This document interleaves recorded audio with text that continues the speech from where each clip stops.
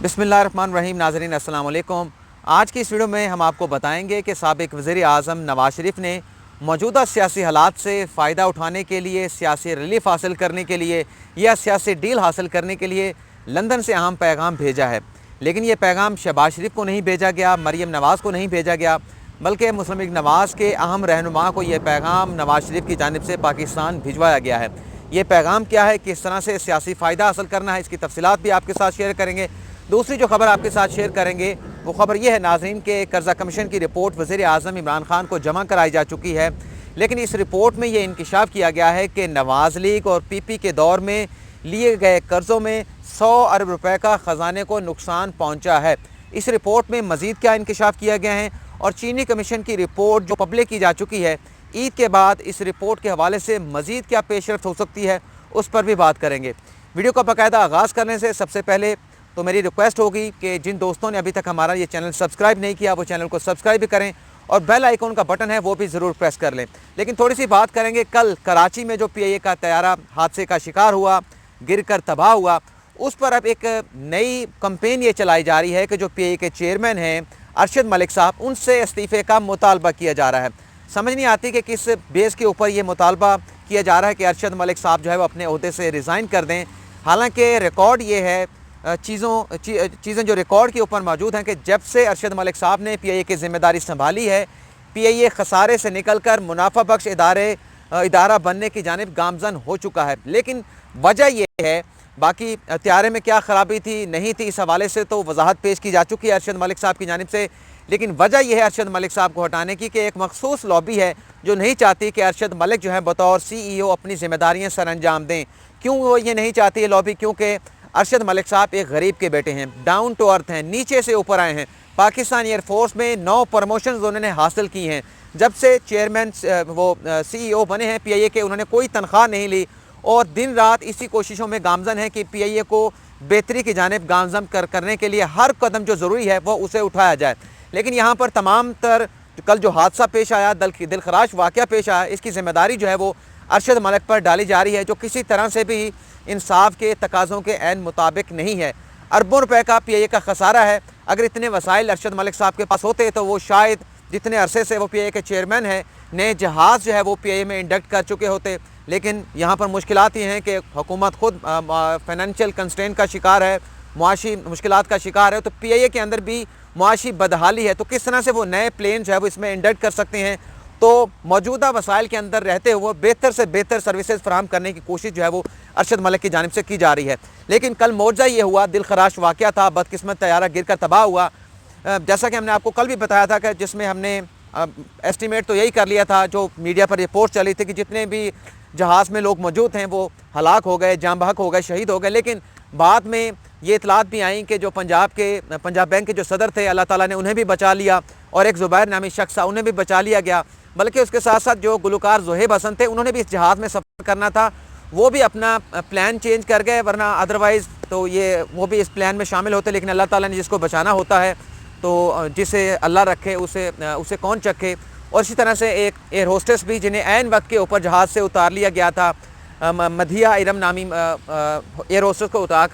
उतार कर एक और अनम खान को जो है वो शामिल कर लिया गया था। लेकिन ये कल के वाक़े में, दिलखराश वाक़े में, यही एक हमारी थोड़ी सी खुशी या साइन ऑफ रिलीफ है कि 2 शख्सियात इस हादसे में बचने में मौजज़ाना तौर पर कामयाब हुई और ये अल्लाह की तरफ से मौजज़ा हुआ है। अब वीडियो पर बात करते हैं, लेकिन थोड़ा सा कुछ नाज़रीन ये कहते हैं कि वीडियो में गैर ज़रूरी तौर पर तफसीलात बताने की कोशिश की जाती है। तो उन नाज़रीन से मेरी ये रिक्वेस्ट है कि हर बंदा उसका जो मेंटल लेवल है या लेवल ऑफ अंडरस्टैंडिंग है वो इतना हाई नहीं होता जितना दूसरों का होता है। तो इसे कोशिश ये होती है कि डिटेल के साथ बता दूं, तफसील के साथ बता दूं, ताकि हर बंदा समझ सके। बाकी सदीक जान के हवाले से पूछा था, वो कहाँ पर हैं? वो आजकल सफ़र में हैं और उसके साथ साथ अर्तुगरुल ड्रामे की सीज़न देख रहे हैं। पहले लिया गए हुए थे, फिर लाहौर गए और आजकल बहावलपुर में, बहावलपुर के बाद वो अब दोबारा से लिया जा चुके हैं। उनके साथ कोई नाराज़गी नहीं है, उनकी अपनी कुछ मसरूफियात हैं, इस वजह से वो अपनी वीडियोस करने में वीडियो नहीं कर पा रहे। अब हम आते हैं कि नवाज़ शरीफ ने लंदन से क्या पैगाम भेजा है। नाज़रीन, आपको याद होगा कि इससे पहले शहबाज शरीफ साहब अपनी जमात के अंदर जो मीटिंग्स होती थी उसमें ये कहा करते थे चूँकि वोट को इज़्ज़त दो का जो नारा है उसकी वजह से उनकी जमात को नुकसान पहुँचा है, उनके ख़ानदान को नुकसान पहुँचा है, لیکن اب پارٹی کے معاملات شہباز شریف یہ کہتے تھے کہ میرے ہاتھ میں دے دیے جائیں تو نہ صرف خاندانی معاملات کے حوالے سے بلکہ مسلم لیگ نواز کے معاملات کے حوالے سے بھی وہ بہتر چیزیں بہتری لا سکتے ہیں، اور انہیں یہ مینڈیٹ سونپ بھی دیا گیا تھا پارٹی رہنماؤں کی جانب سے، نواز شریف کی جانب سے بھی۔ لیکن جب نواز شریف لندن روانہ ہو گئے اور اس کے بعد مریم نواز لندن روانہ نہیں ہو پائیں تو ان چیزوں کے اوپر معاملات جو اعتماد سازی تھی وہ اس طرح کی نہیں رہی۔ اب چونکہ حالات یہ پیدا ہوئے ہیں کہ 18ویں ترمیم حکومت چاہتی ہے کہ اس میں بہتری لائی جائے، تو اس حالات سے فائدہ اٹھانے کے لیے نواز شریف نے پیغام بھیجا ہے اپنے جماعت کے اہم رہنما سابق وزیر اعظم شاہد خاقان عباسی کو۔ اس مرتبہ اعتماد وہ شہباز شریف پر نہیں کیا گیا کیونکہ وہ مریم نواز کو پاکستان سے باہر بھجوانے میں ناکام ہوئے، اور اس کے علاوہ بھی جو ریلیف وہ اپنے خاندان کے لیے، شریف خاندان کے لیے، سیاسی جماعت کے لیے حاصل کر سکتے وہ بھی حاصل نہیں کر پائے۔ لیکن اب یہ ذمہ داری سونپی گئی ہے شاہد خاقان عباسی کو کہ موجودہ حالات میں حکومت یہ چاہتی ہے کہ 18ویں ترمیم میں بہتری لائی جائے، ترمیم لائی جائے، تو انہیں یہ مینڈیٹ دیا گیا ہے کہ آپ بات چیت کریں، رابطے کریں طاقتور حلقوں کے ساتھ بھی، اور اگر تمام سیاسی جماعتیں یا باقی سیاسی جماعتیں 18ویں ترمیم میں بہتری لانے کے حوالے سے رضامند ہوتی ہے تو مسلم لیگ نواز بھی اس کام میں شریک ہوگی، 18ویں ترمیم میں بہتری لانے کے حوالے سے ترمیم لانے میں اپنا ووٹ دے گی۔ لیکن اس کے ساتھ ساتھ ٹاسک یہ سونپا گیا ہے شاہد خاقان عباسی کو کہ آپ نے جو نیب کے قانون میں حکومت ترمیم کرنا چاہتی ہے، ایسی ترمیم متعارف کرائی جائے جس کا فائدہ نیب احتساب عدالت کے فیصلے کے بعد جو شخصیات نااہل ہو جاتی ہیں وہ نااہلی کسی طرح سے ختم ہو جائے، اور مقصد یہ ہے کہ دوبارہ سے مریم نواز جو احتساب عدالت سے سزا کے بعد نااہل ہو چکی ہیں انہیں کسی طرح سے سیاست میں متحرک کرایا جائے۔ لیکن یہ جو سیاسی رابطے ہوئے، ان سیاسی رابطوں کے بعد صاف انکار کر دیا گیا ہے کوئی اس قسم کی ڈیل کرنے کا سیاسی فائدہ نواز لیگ کو یا شریف خاندان کو دینے کے حوالے سے۔ اس حوالے سے بڑی ڈیٹیل میں بات کی ہے ہمارے صحافی، سینئر صحافی ابراہیم راجہ صاحب نے۔ انہوں نے یہ بتایا کہ جب یہ رابطے ہوئے تو عمران خان کے علم میں بھی یہ بات لائی گئی تو انہوں نے کہا کہ میں نے ایک کڑوا گھونٹ تو بھرا تھا جب نواز شریف کو انسانی ہمدردی کی بنیاد کے اوپر باہر جانے کی اجازت دی تھی، اب میں مریم نواز کو بھی جو حکومتی اختیارات ہیں اس کے تحت باہر جانے کی اجازت نہیں دوں گا، اور نیب قانون میں بھی ایسی کوئی ترمیم نہیں کی جائے گی جس سے اس کے پر کاٹ دیے جائیں یا احتساب کا جو عمل ہے اس کے دانت وہ نکال دیے جائیں۔ ایسی کسی ترمیم کی حمایت یا اسے سپورٹ نہیں کیا جائے گا۔ اس کے علاوہ جیسا کہ میں نے آپ کو بتایا تھا، جو دوسری ہماری خبر تھی کہ وزیر اعظم عمران خان کو قرضہ کمیشن کی رپورٹ جمع کرائی جا چکی ہے، اور اس رپورٹ میں انکشاف کیا گیا ہے کہ پیپلز پارٹی جنہوں نے 2008 سے لے کر 2013 تک حکومت کی اور 2013 سے لے کر 2018 تک مسلم لیگ نواز کی حکومت تھی، ان دو ادوار میں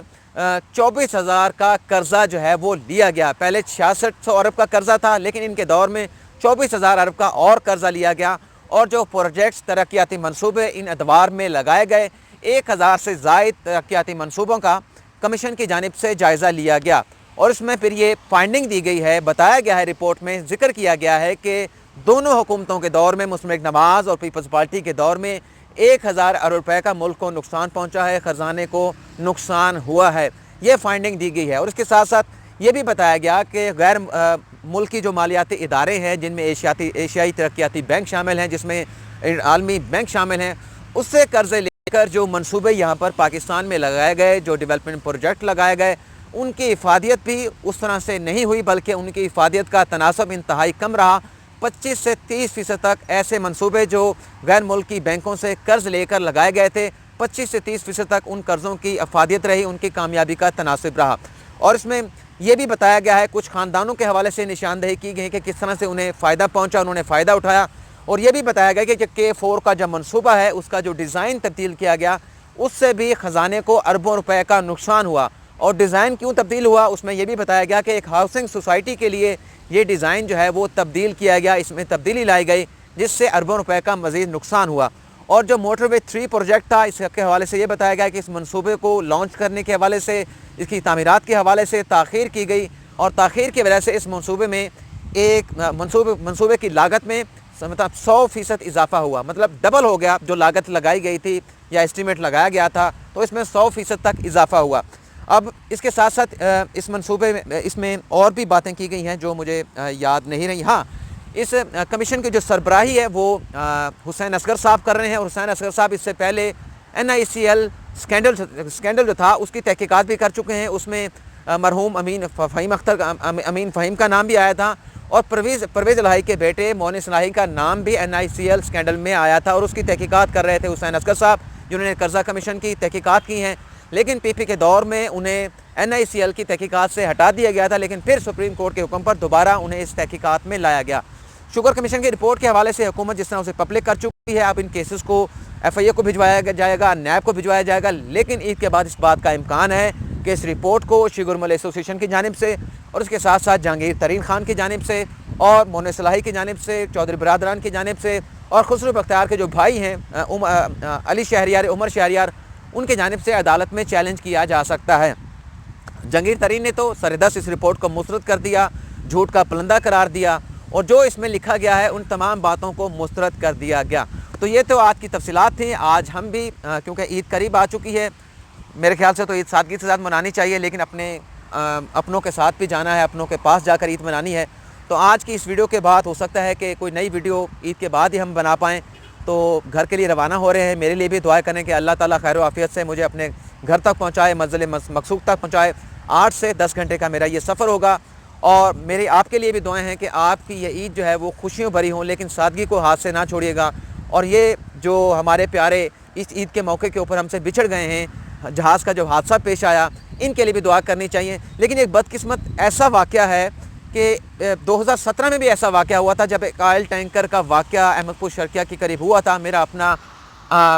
होम टाउन है, वहाँ पर भी मैंने देखा था कि ईद से 2 रोज़ कबल इस किस्म का वाक़या पेश आया कि 250 से ज़्यादा लोग जो है वो जल कर खाकस्तर हो गए थे, जल कर हलाक हो गए थे, शहीद हो गए थे उस वाक़े में। वो भी बड़ी अफसुर्दा कर देने वाली ईद थी, तकलीफ़ देने वाली ईद थी। ये ईद भी इसी तरह की है। लेकिन बहरहाल आपसे इजाज़त चाहते हैं, अगली वीडियो में फिर मुलाकात होगी। अल्लाह हाफ़िज़।